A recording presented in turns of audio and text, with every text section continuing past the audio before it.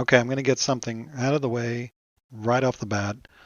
Um, right here. $20 for the unit cards, Battlefront. Hello? You know, when it came out with $5 when it first came out back in mid-war, and there were smaller decks too, I understand that. I thought it was underpriced, and I was super happy with Battlefront. Like, oh, man, you guys are awesome.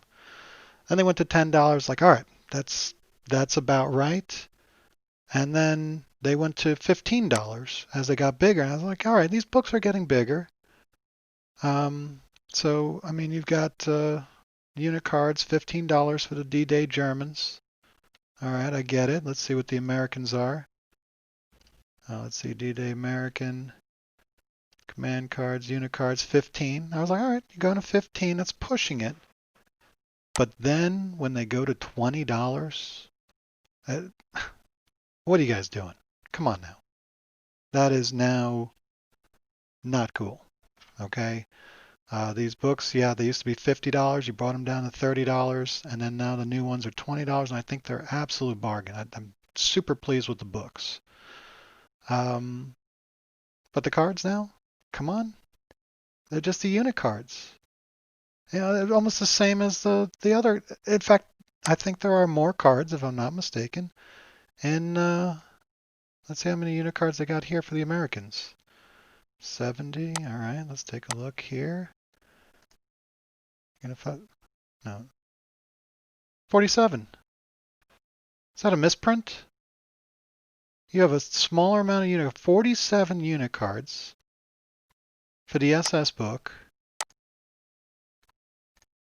and then 70, and that's $15. Let's see what the German D-Day, German unit cards, 61. That, yeah. So please tell me that's incorrect. $20 for less cards. Um, are you throwing in models or, is there something I'm missing? Because to add $5 just makes zero sense to me. And Battlefront, you really need to get your act together. All right, so negativity out of the way. Let's get down to the command cards, okay? Um, SS command cards, maybe this is why they bumped it up, is because the SS book looks like it's a lot more fun, or it's going to be a lot more fun to play than the German D-Day book. I know the Fallschirmjägers are in there, and you got your regular German infantry and so forth, the Panzerlehr, which I'm a big fan of. But it looks like the SS are just going to be more fun, more practical for me to play. Maybe it's just my style. Tigers just look more amazing. They've got that extra follow me, and the counterattack is really what the big thing is. They're great at counterattacking. So looking at the comparison between the Panther and the Here Panther, definitely better. I think it just hits the sweet spots. You don't care if you get hit as much. Um, your blitz does need to get fixed here, which you can with the old hand, so that works out great. But it's the fearless that I really like for the Panther, and the less points. That's the big thing. And same thing with the Panzer fours, because as long as you have the old hands, and you get that veteran score on that platoon, now you are talking. Now you are going to have a very good force, because the German tanks are not assaulters, except for the Tiger tanks. They are mainly tanks that you're going to blow up other tanks and shoot up other infantry as you go in, or go. You're not. Assaulting is not your main thing, because the side armor usually is very low or lower than allied. So they're more vulnerable to the side, so I tend to not want to move them in. But as tank destroyers, they're amazing. You pop out with the blitz, you shoot your full shots, and then you scoot and shoot, or shoot and scoot behind, because you have that great skill. So as long as you got old hands, you got them near the regular platoon. Panzer IVs and Panthers are amazing. So I definitely see them on the board a lot more because of these new rules. So that's what looks amazing. But that's not why you're here. You're here for the command cards. And again, there's command cards that are in every single command card box. The Lucky, um, Panzer Pioneers. Those types of cards are in there.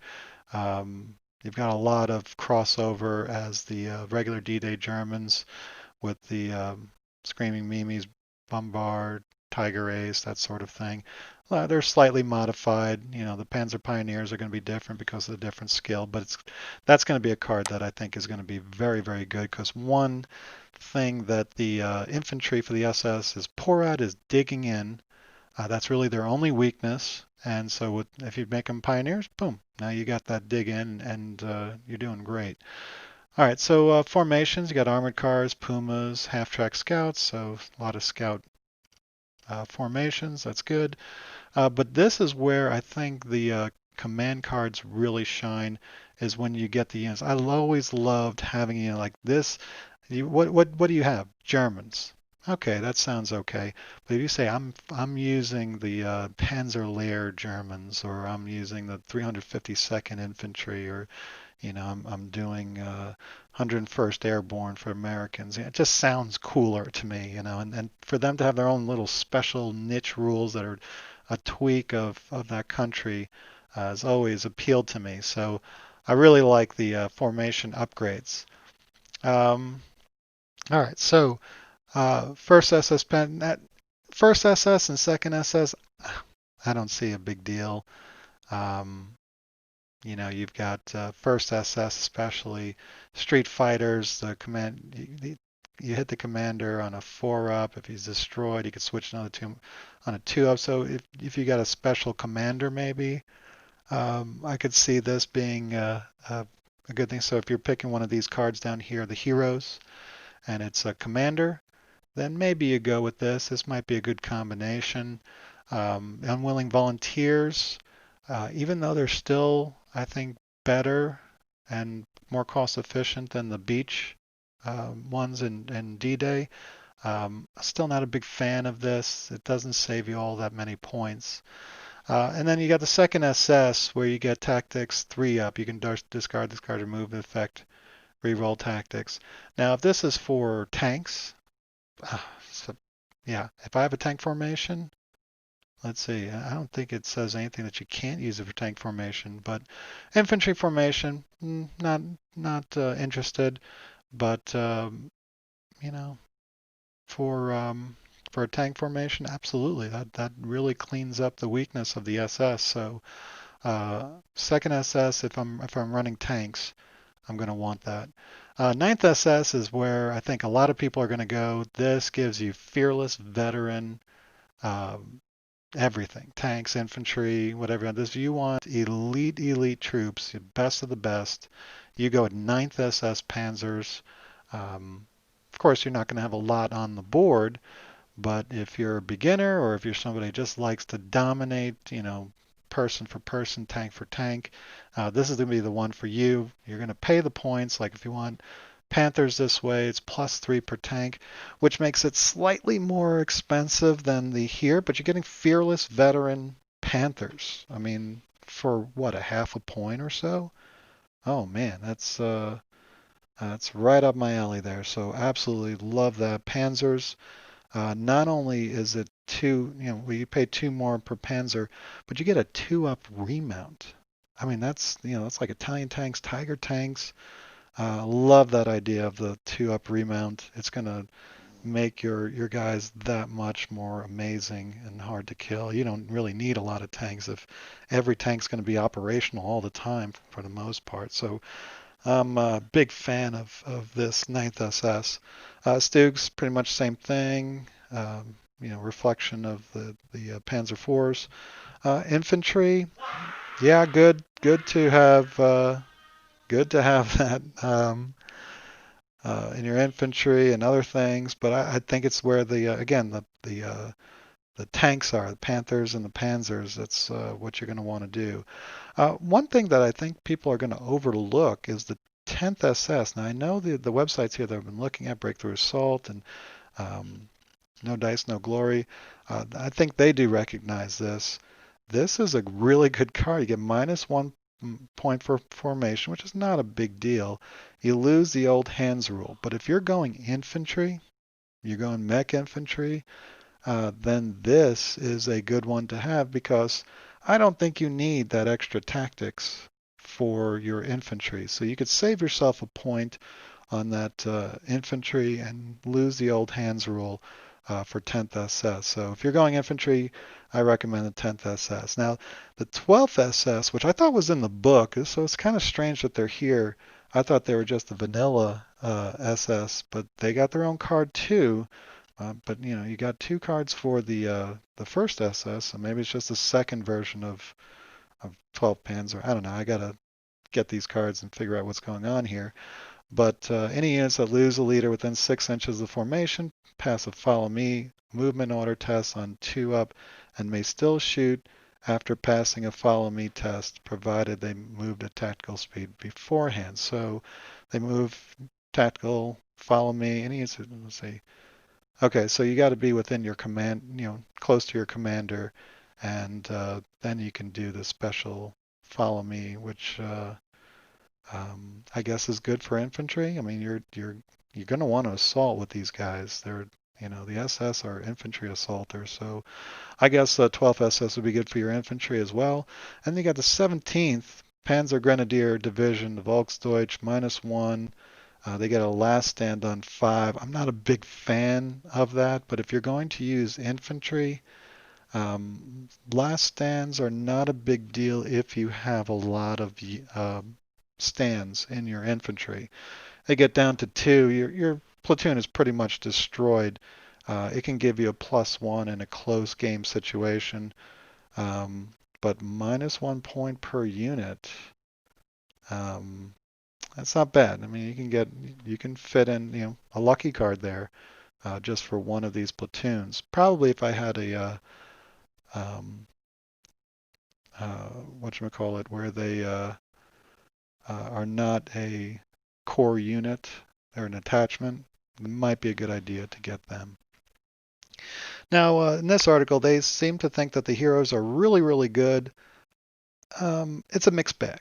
Okay, so you've got Karl-Heinz Prinz, 2 points, SS Panzer Company, formation commander is on the table, reserve units on this formation reserve, reroll 1 failed reserve if successful. Here's the problem.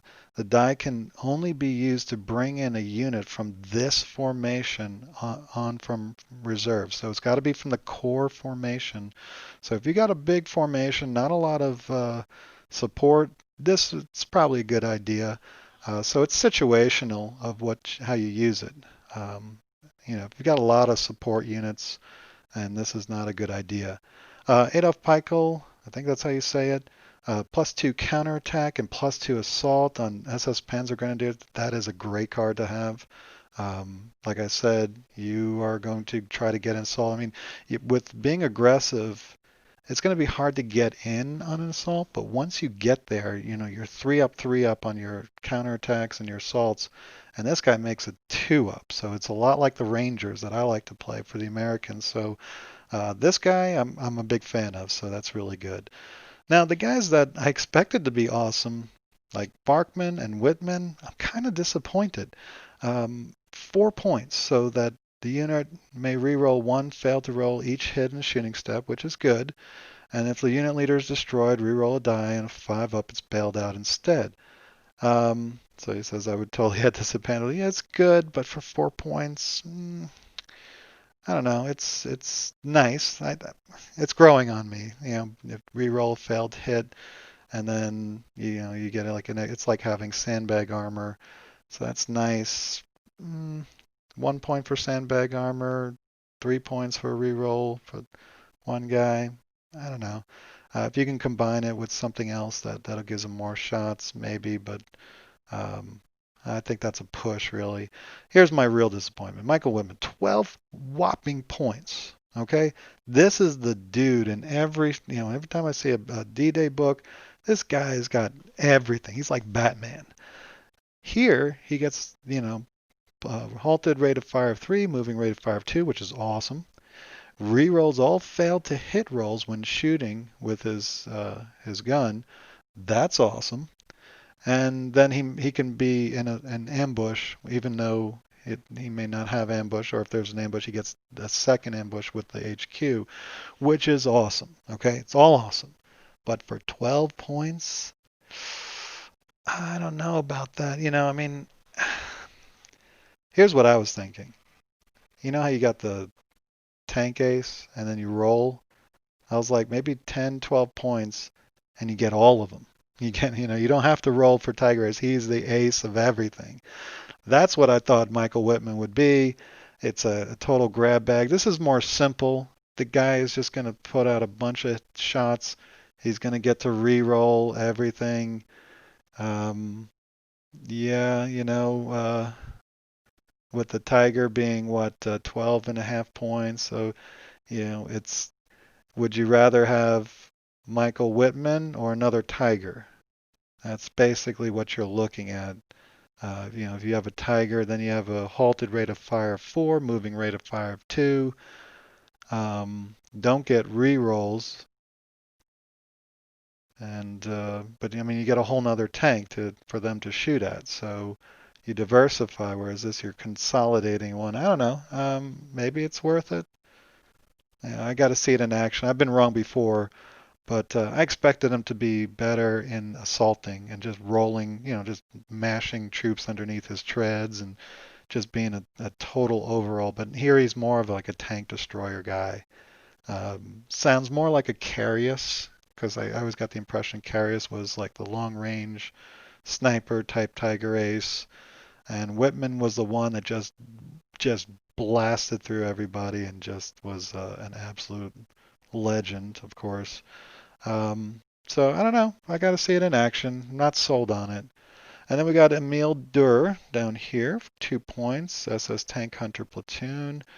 This tank, when his unit is destroyed, replace the leader with its independent infantry team with a Panzerfaust. So he basically survives with a Panzerfaust and starts running around. Sounds good, I guess, but you're kind of rooting for your guys to get killed, so I don't know about that one. Rudolph Roy, the unit leader may re-roll one failed roll each hit to hit each time he shoots with a 7.5 gun. This unit gains the scout rule, so I like that. 5 points though on the Panzer, so that's basically like a Stug. Good front armor, get to re-roll for your to hit, and you get the scout, which is I don't know. I think they work better on British tanks, but we'll see how that one works out. So yeah, the command cards I think overall are fantastic. The unit cards are amazing. It's hit and miss really on the heroes. Those are the two areas that I look at for the command cards that really flesh out the book really well. So yeah, yeah. So I'm really excited about the SS book. And the command cards, I think it's really going to add a tremendous amount. Kind of like I get the feeling like when version 4 first came out, when the American book came out, version 4 mid-war started coming into its own. And I really feel like with this SS book, version 4 late war is coming into its own as well. I think it's going to add a whole universe of gameplay to version 4 late war, and I'm very excited to see it. And it makes me excited to see what's going to happen with the Soviet. I hope they don't take too much time bringing out the Soviets, because this is what we're going to really want to see, the SS book go up against those Soviets, because here, when I was taking the comparison, and I'll do a video on what I saw that the Soviets, the IS-2s especially, look like they're going to have, then that's going to be a very interesting matchup. So anyway, thanks for watching, and I hope you enjoyed it. Go ahead and comment if you agree or disagree on anything I said, and have a great day.